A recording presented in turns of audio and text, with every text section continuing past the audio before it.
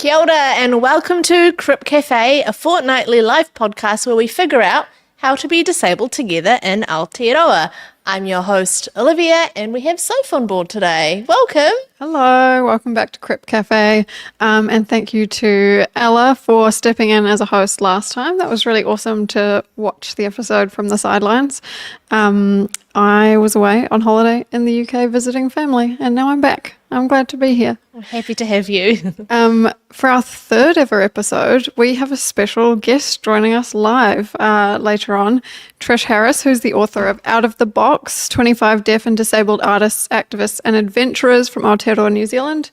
Trish is a writer and also co-founded Crip the Lit, which many of you will know is a collective of deaf and disabled writers in Aotearoa. So we're really excited to have our first guest today. And do you want to talk about the theme of the episode? Yeah, so the theme this week is we have tried to link it in with the overall kind of like theme of the book, which is we're going to be unpacking disabled icons today. So if you've got any comments, please post them on the comments regarding like what makes a good disabled icon. Do you have a favorite disabled icon? Or like who else do you look up to in the community? So would love to hear those ideas and and discuss them later on. Yes, while you guys are thinking on that, we'll come back to those in a bit. Let's talk about the news. So we've got a few headlines from the last couple of weeks. The first one, Trevor Potter, a New Zealand man, has finally been offered an accessible home after spending 5 years on the housing wait list. He was mistakenly dropped off the list due to a housing error. His case has renewed, calls for access to be improved to disability-friendly homes. Understandably, people feel that nobody should have to wait for 5 years to be able to access a home that actually suits their needs. This feels like a pretty, recurring story in the community. We hear about this kind of thing happening a lot. Yeah, it is a tricky thing finding accessible housing. I mean, housing in general, and then accessible housing that meets all your needs. Yep.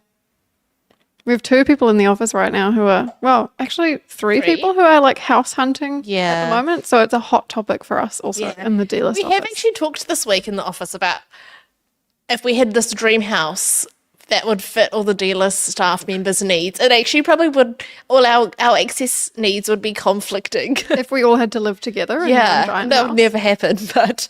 I'd love for that to happen. But yeah, I think we would all have slightly different wishes and hopes for our own accessible. Some people want quiet rooms, some people would want like more creative loud spaces.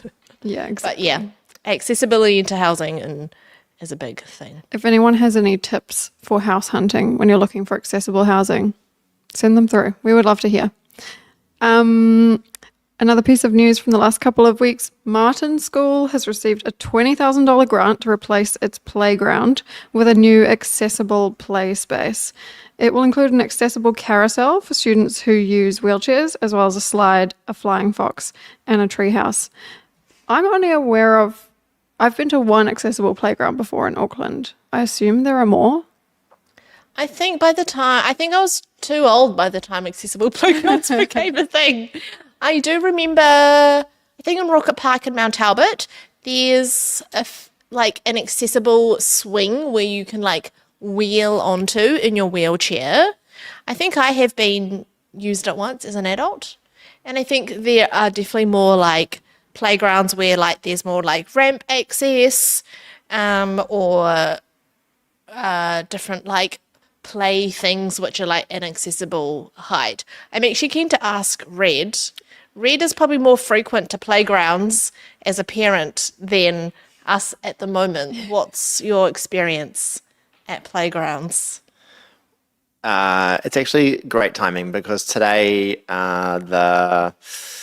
there's an amazing new playground that's opening up just down the road from us by the Faux River out in West Auckland. If you know, you know. And it's all like beautifully created with no kind of random arbitrary wooden barriers and stuff. There is a bit of bark going on, but there's also lots of like just soft areas. So I'm not sure about the wheelchair accessibility of like the swing, for example, but I do know that the broad accessibility of playgrounds, I do think is trending in the right direction. Can I just say though, aside from the chat around like the hilarity of multiple disabled people living together in one house and that are opposing access needs, 5 years to wait for an accessible home, like just outrageous, So not good enough. It's like, it's horrendous. And yeah, just like thinking of that person and the indignity with which disabled people are asked to live to get their basic human rights met. So yeah,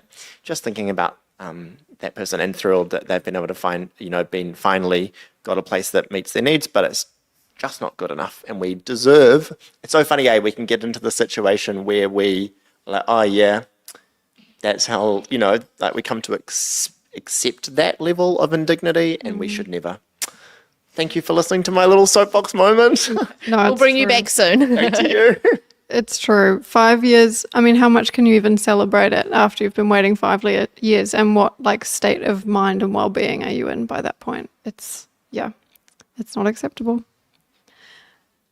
Last piece of news for today, the Glasgow 2026 Commonwealth Games start this Friday. The Games will feature a record 47 parasport medal events, making it the largest integrated parasport program in Commonwealth Games. I think that's cool. That's cool that they're integrated. So it's one big sporting event rather than kind of like a Olympics and Olympics Paralympics. and Paralympics. Yeah. You were saying earlier that you would like to go to a Paralympics opening ceremony one day. Yeah, I think that's on my like bucket list. I think it'll be fun. Cool things to celebrate. Have you ever been to a Paralympics event? Never. Really? Maybe what's the most likely chance I can go? Maybe to like, is it in the next games are in Brisbane? No. I wish I knew.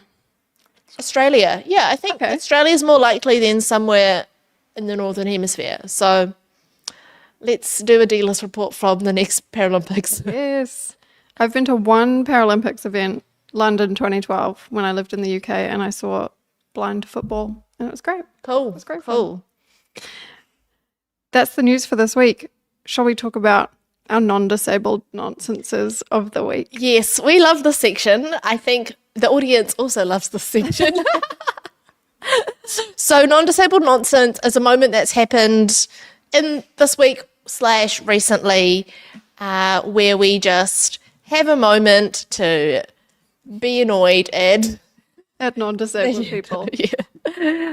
So my one for this week is I was going to use an ATM to get some like cash out, and there was a big step in front of it and the screen was quite high. And so my annoyance is, why do they design ATMs that are like not accessible? And I've talked to this to another colleague, Ella, who is short-statured, and the fact that the screens are so high, you can't, like, you're kind of guessing what you're clicking. Am I doing my savings or my check account? Who knows? I don't know. I can't see. So the screens are too high.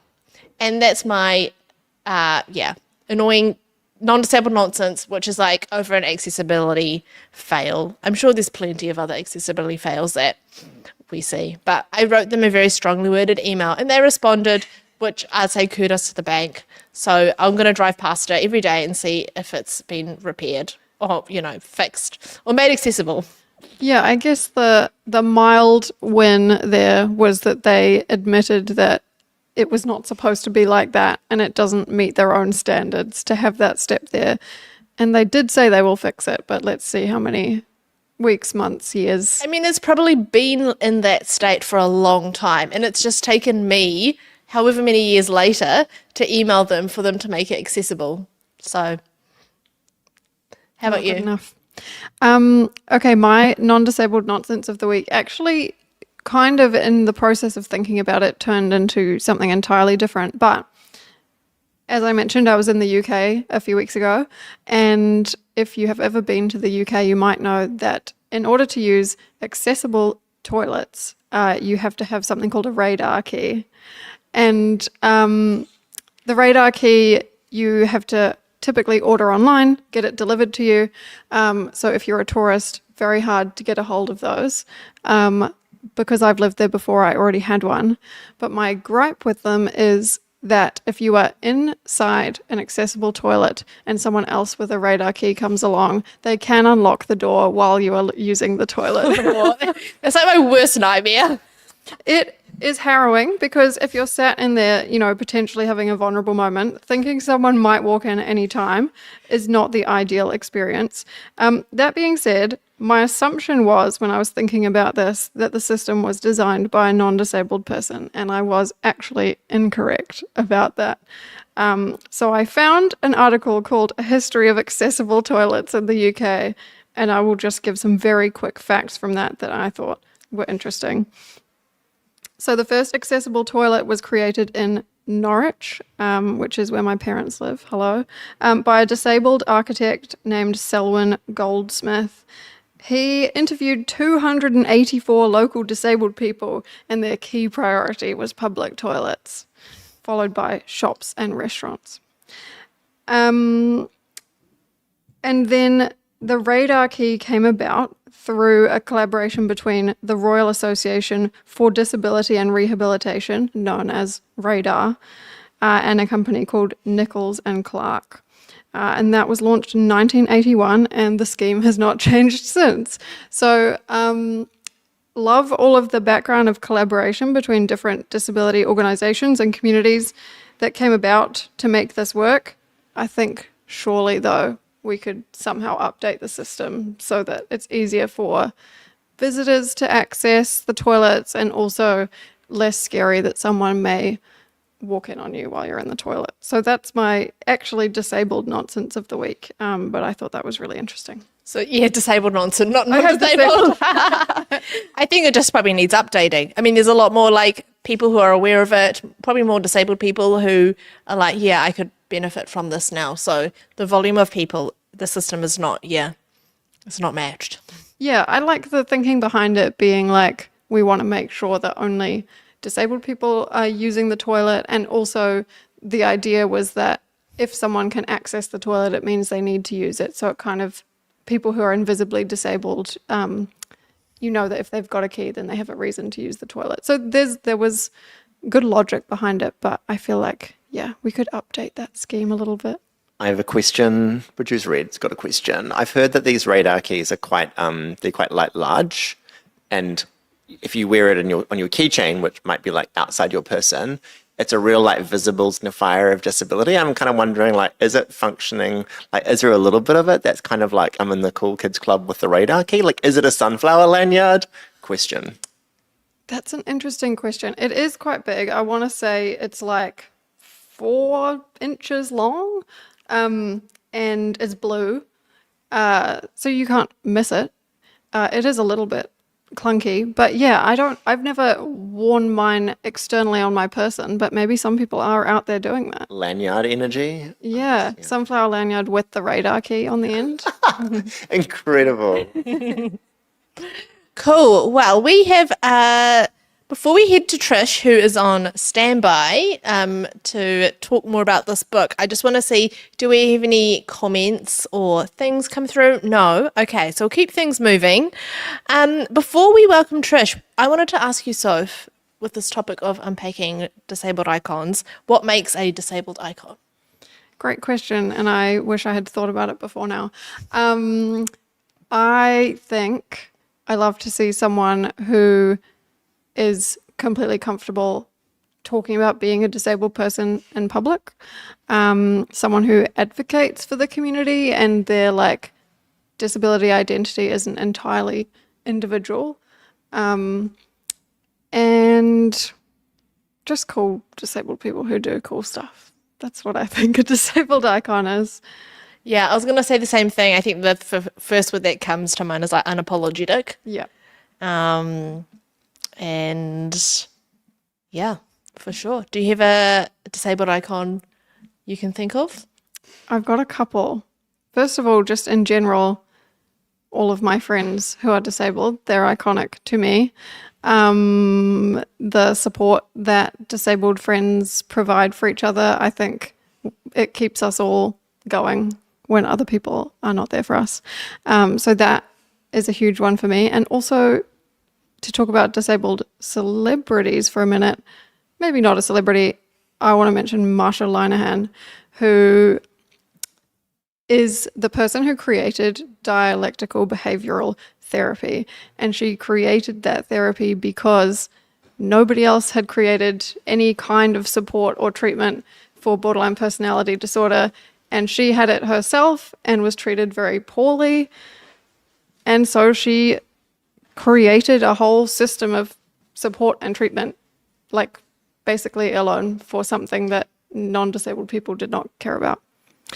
And she's iconic. She's still alive now. She's written some great books about DBT and about her life growing up with BPD. And yeah, shout out Marsha Linehan for doing something that the community needed that no one else was going to do. Cool. Love her. Good on her. I think the first time I was like, oh, that person is a disabled icon is probably Judy Heumann, who was a disability rights advocate in the United States. And if you've seen Crip Café, no, not Crip Café, Crip Camp, the other iconic CC title, her kind of activism is really on display in that documentary. And I should have brought up the exact line, but she has this line, which is like, I guess, so relatable today, but she's like speaking into a microphone in front of all these disabled people saying like, why are we still complaining about disabled toilets? Which is, again, we're still doing that now, 2026, just based on this conversation. So, she was really key in terms of like pushing for the ADA, which is the accessibility legislation in the United States. So she's great. And there's a film about her life coming out later this year. So I'm very excited to see that, which is very cool. Awesome. Cool. We love to see disabled icons doing awesome things for the community, and also sometimes wish that we didn't have to do those things. Yeah. I'm going to now transition and put my headphones on so I can hear Trish. Yes, we're going to bring in Trish, who me and Liv will be able to hear on our headphones in a moment. Okay, we're going to just set up the 2-cam setup. And Trish will pop up. I guess, Trish, there are a lot of disabled icons in your book. On that topic, do you have a favourite disabled icon? I did think you might ask me that, but a bit like so far, I wish I'd known earlier. I guess a lot of people that I know that I've, grown up with, my deaf and disabled peers, they'll definitely be on that list. I'm trying to think of when I was growing up, though. There was a book called Over My Dead Body by Joan Opie, who contracted polio and spent quite a bit of time in an iron lung. And I think her book really stood out for me because, you never knew what was going to happen, what was going to be the result of this. So it had that pace, that engagement in the story. But also she was real. And I think that's kind of what you guys were saying too, that our icons are real people about talking in a real way about their experiences, but also they're wider than themselves. They have a broader view. They have that community view, and they're just interesting people. So, if I had to name one on the spot, June Opie, but there's a lot of others too. Awesome. And congratulations on your book. We've had it around the office and we've all kind of passed it around and really enjoyed reading it. Tell us a bit of background about how the book came about. It has a few origin stories, and I guess it partly came about because there was a gap. There are some great books for young people that have short, really interesting little biographies of them, of people who've done stuff. And some of those books might have one or two deaf or disabled people in them, but we know there's so many more than that, that you could write about who are important people to Aotearoa. They've contributed. they've done interesting things. And so I knew there was that gap. I also wanted to write for children and young people. I've written other books, poetry and a memoir, but not specifically for that age group. And I, as a writer, that was an area I wanted to have a go in. And also I read a lot in that area anyway. So I think some of the best books and the best writers work in that area of writing for children and young people.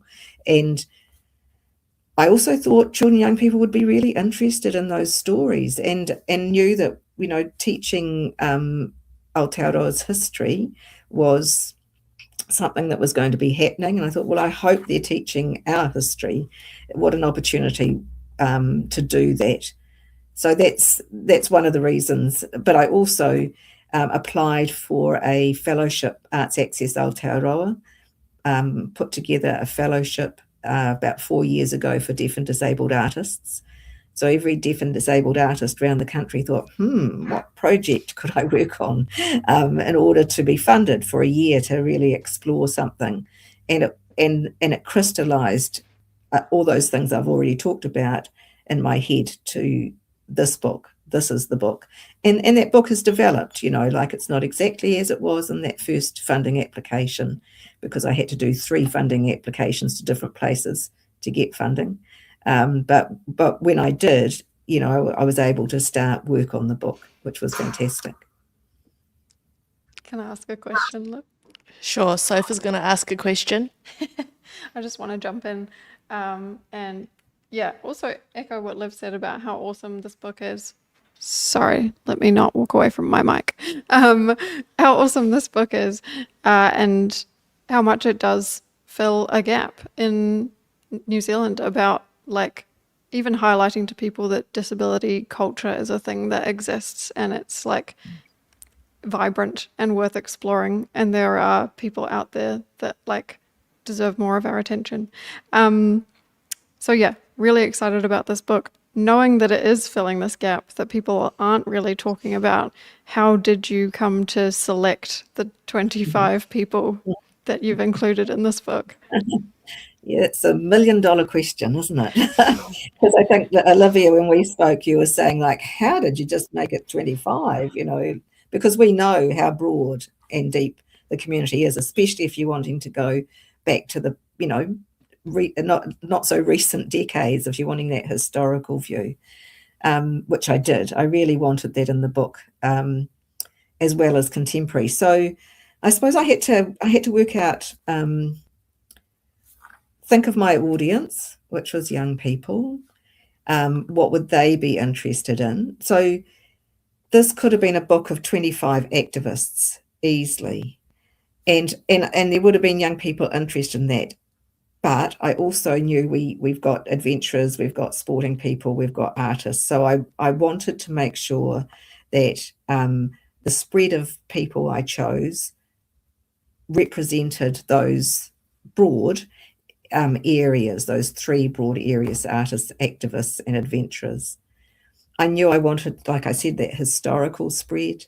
I knew I didn't want it a book full of, I have a mobility impairment. I didn't want it a book full of people with mobility impairments. Again, I wanted to show the breadth of our community, and for young people who had impairments to be able to look at that book and maybe see someone who was similar to themselves in that respect, or similar to themselves and they loved sport, or went on protests.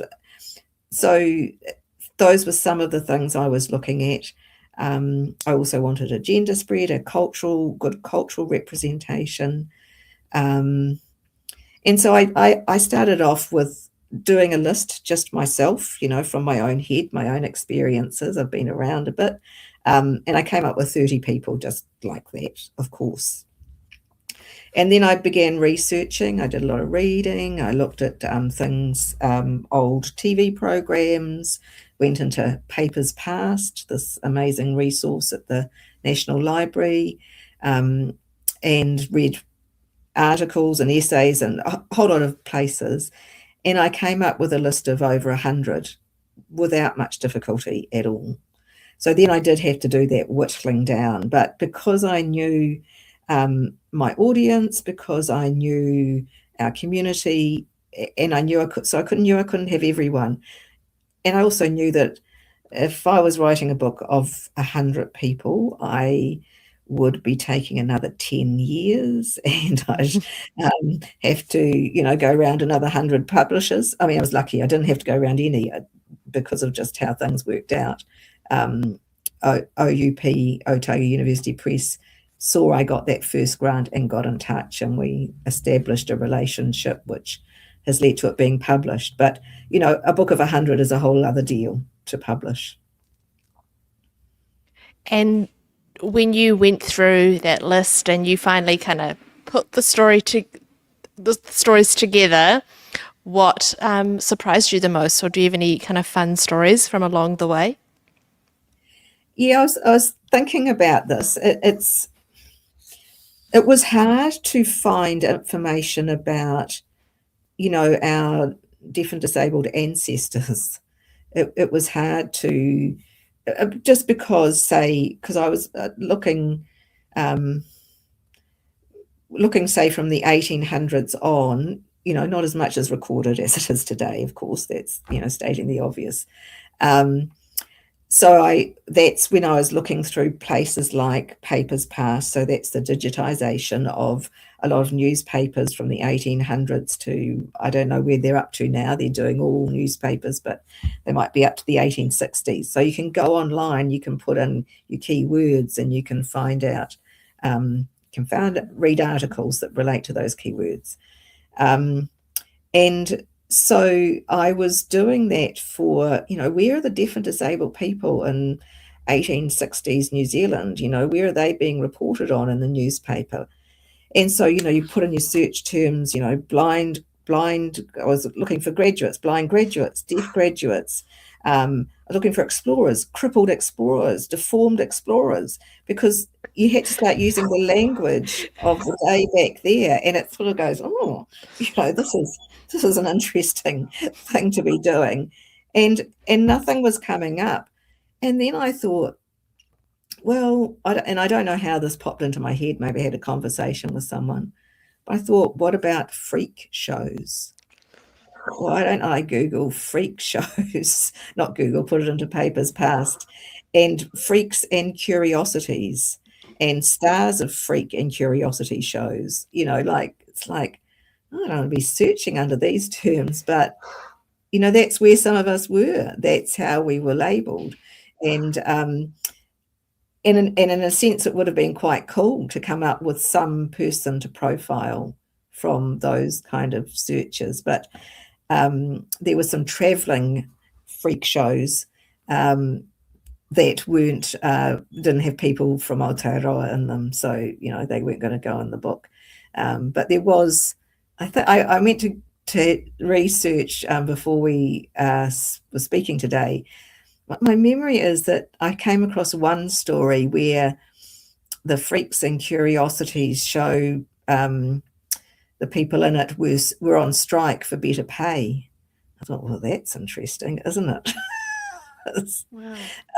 Yeah, so that was definitely an interesting little rabbit hole to go down. That's a really interesting thing to imagine that's part of our history and for disabled people. So yeah, that's so interesting.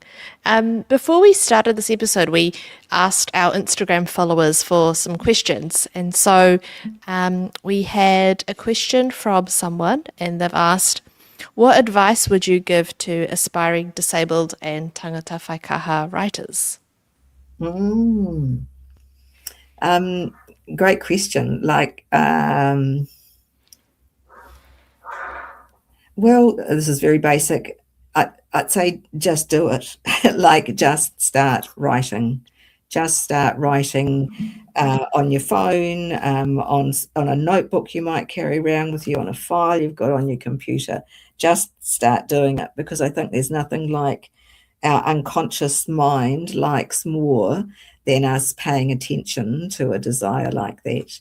And the more you do it, the more you do it, the more your mind will come up with, oh, well, I could write about this, or I could write about that, because you've encouraged it. I also know what's been really helpful for me is to enter competitions. Like if you're into poetry, Google poetry competitions. If you're into short stories, the same. And that's often for just that basic reason of it gives you a deadline. And sometimes we need a deadline and an external structure to actually complete something. We all know a piece of writing can always be reworked or, changed or whatever. But there's something that happens, I reckon, once you send it away. Something shifts and you can see it almost with fresh eyes. That's not always helpful because you've sent it away. It's too late to bring it back. But it isn't too late to work on it again and send it somewhere else. So I think competitions can be really useful, or looking out for anthologies that are looking for pieces from people. I've always found writing in a group is really just gives you energy. There's nothing like either doing writing exercises and hearing what other people have written to energize you, and sometimes that's an envy thing. You think, oh, they've done such a good piece, and you can feel, oh, it's a brave thing to do, to share your writing. It's good to remember that it's a brave thing to do. It's enormously helpful if you're wanting to develop your writing, and so joining a writing group is a great thing. If you're able and there's something available, a writing course. I think for me, my writing journey kind of really moved on when I decided that this isn't just writing for me any longer. This is writing I want to be brave enough to share, and that's a really big step, I think. And it's fine if you never want to do that. Like writing just for ourselves is enormously satisfying, and it can be cathartic, it can be fun, it can be lots of different things.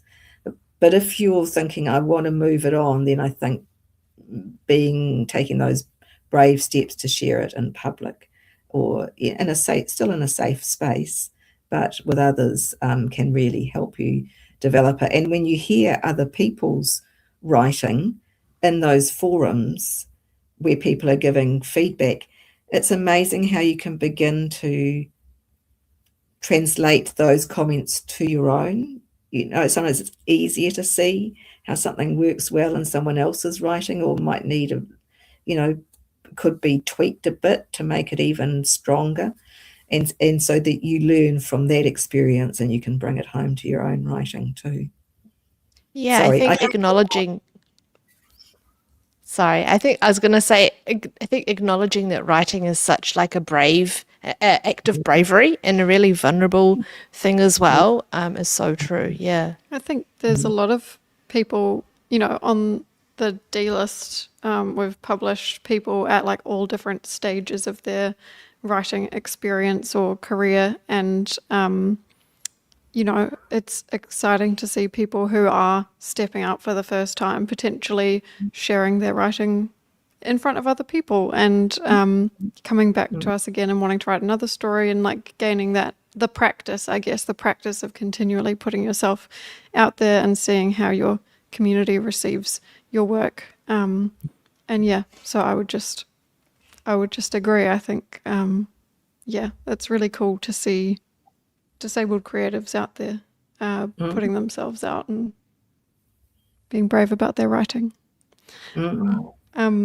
We do have another audience question, which maybe sort of jumps off of that in terms of the practice of writing.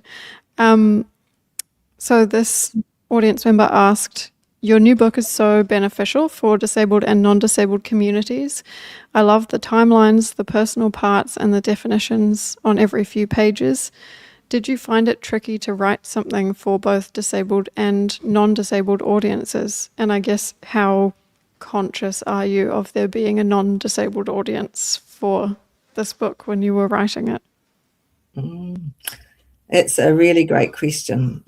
Like I wish we could have a whole session where someone might tell me how to do some of that stuff well, because it was like balancing on the head of a pin in some places.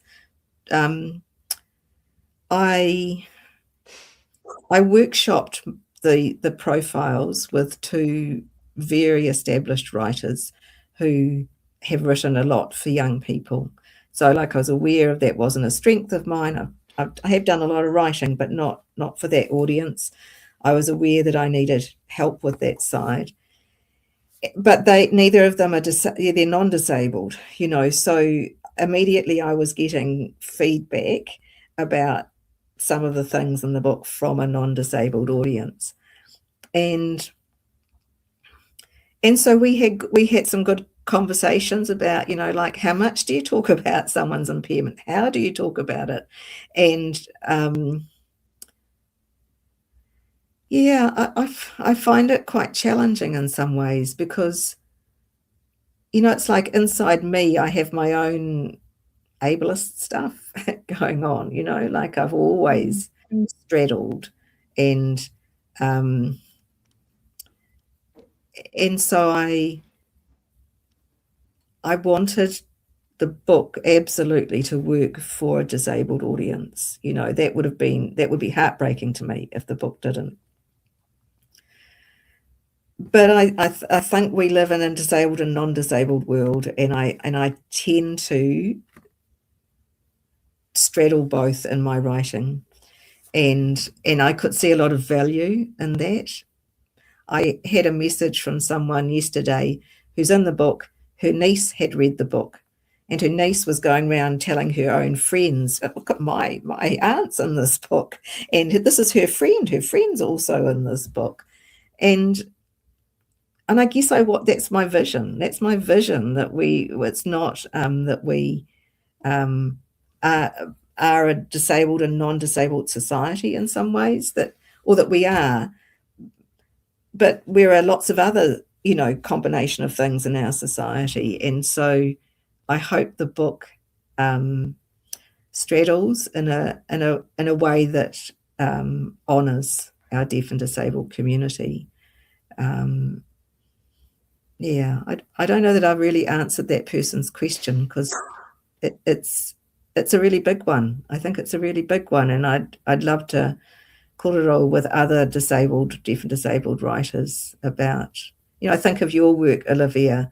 Like I read a lot of your stories when I was doing this book, because some of these people were featured by you in, say, Stuff when you were there. And I think there's a way of that the impairment's there. Yes, it's important, but it's not the only thing. This is a multifaceted person. They have a desire to be the best sports person. Well, how ordinary is that desire? Like it's not integral to their disability. It's part of them. So I liked the way you did that, and I tried to just keep the story going, using details where it seemed important, maybe occasionally putting in more details than I would have initially when I wrote the story, but again, trying to do that straddling for a mixed audience. Yeah, it's definitely a hard balance, eh? Like when I was at Stuff, I knew I was writing for a predominantly non-disabled audience, but now at the D-list, it's for a, fully disabled, for the most part, disabled audience. So you're finding that balance is tricky. And even for me, like shifting my writing slightly, was something I really had to be conscious about and remind myself and get a lot of feedback for. But yeah, I think, the way that these stories have been told in the book are just so beautiful. And I'm looking forward to just being as a resource for our communities, both disabled and non-disabled. Yeah, super exciting. And I think that kind of is our last question. But thank you so much for your time, Trish. We wish you all the success for the book, and we look forward to seeing the next. Sounds like you've got a long list of people to get through. So we look forward to the next 325 books of disabled people. And where can people find this book? Let's plug where people can access copies of this book. So, first of all, thank you to both of you. I just really appreciate being able to talk to a disabled audience about the book, and for your support. And if people do want to buy it, you can do it several ways. If you've got a bookstore that's local to you and is easy for you to get to, you could just ring them up and ask if they've got it in stock. And if they haven't, nearly every bookstore would get it in stock for you at no cost to you. But if you wanted it kind of delivered, you could go onto Otago University Press's website and search for Out of the Box by Trish Harris, and it will come up and you can order it there. So one of those methods should work. And the publisher are keen, and of course I'm incredibly keen that it's produced in alternative formats. That hasn't happened yet. We had to get this out first, but it's definitely on the agenda. Is there anything else you would like to plug or tell people where they can find more of your work, Trish? Oh, that's a lovely invitation. Thanks, Sophie. I get copies of my poetry collection, which is called My Wide White Bed, available from the publisher Landing Press or from good bookstores. They also be able to get it in. My memoir is now only available from me. And I don't know if you would be happy to be a conduit if anyone got in touch and wanted my contact details for that. Thank you. I'm also on Arts Access's Taha Hotu page. So that's another way to get in touch with me. Awesome. Cool. Well, thank you so much, Trish. All the best. And thank you so much for your time. My pleasure. Hey, and great to have Crip Café. I'm going to go and send an email to a friend about it. It's a great resource. Bit of fun. Thank you. Thanks, Trish. Bye. I'm going to take my headphones off now that we don't need to connect through. Should we close with one disability dilemma before we move on? Do we have time? Yes, I think we should do this one. So disability dilemmas is our agony aunt section where people send us their dilemmas and we will try our best to answer it. We were sent this and the person said, I live in Tamaki and every time I drive into the city, it feels like I'm searching for a mobility car park. Is there an easier way to find them other than driving around aimlessly? Thoughts, Liv? Well, yes, I guess I became very confident driving in the CBD because I studied at uni and drove into the city every day. And so I started to put together like a mental map. I feel like lots of disabled people do this, of like accessible cafes, accessible toilets, accessible car parks. So that's what I started to do with mobility car parks. But I think the best resource I've found is through actually, if you're in Tamaki, is the Auckland Transport mobility map. And then if you just Google it, and I also think the AT car park app is like an interactive app where you can like zoom in where you're going and then the little like mobility permit symbols come up. So if I'm going somewhere new, I will usually Google before I go. So if you're outside of Tamaki Makaurau and you have any knowledge about any equivalent yes, please let us know. Please let us know. Cool. Have we got one more disability dilemma or are we done? I think we should save that one for next time. Keep people wondering. Yeah. Okay, great. We'll have a surprise disability dilemma next time. Awesome. Well, thank you everyone for joining us today, for listening to the public toilet chat and the awesome conversation that we had with Trish Harris. It was really beautiful to talk to her about just disabled icons and disabled culture in Aotearoa and celebrating each other and celebrating our community. Yeah. And, yeah. We got this awesome comment from Ella. Said, such good advice. Deadlines always help the process. Love your mahi, Trish. We love the mahi of Trish Harris. Yeah. And then we also have another comment saying, Trish's pink hair is so Crip Cafe obsessed. I love. Yeah, that was really on brand. Really matched our brand colours for Crip Cafe. Maybe she did it just for us. Who knows? Awesome. Cool. Well, thank you for joining this week of Crip Cafe. We will be back in another 2 weeks for another episode. We will. See you then. Bye.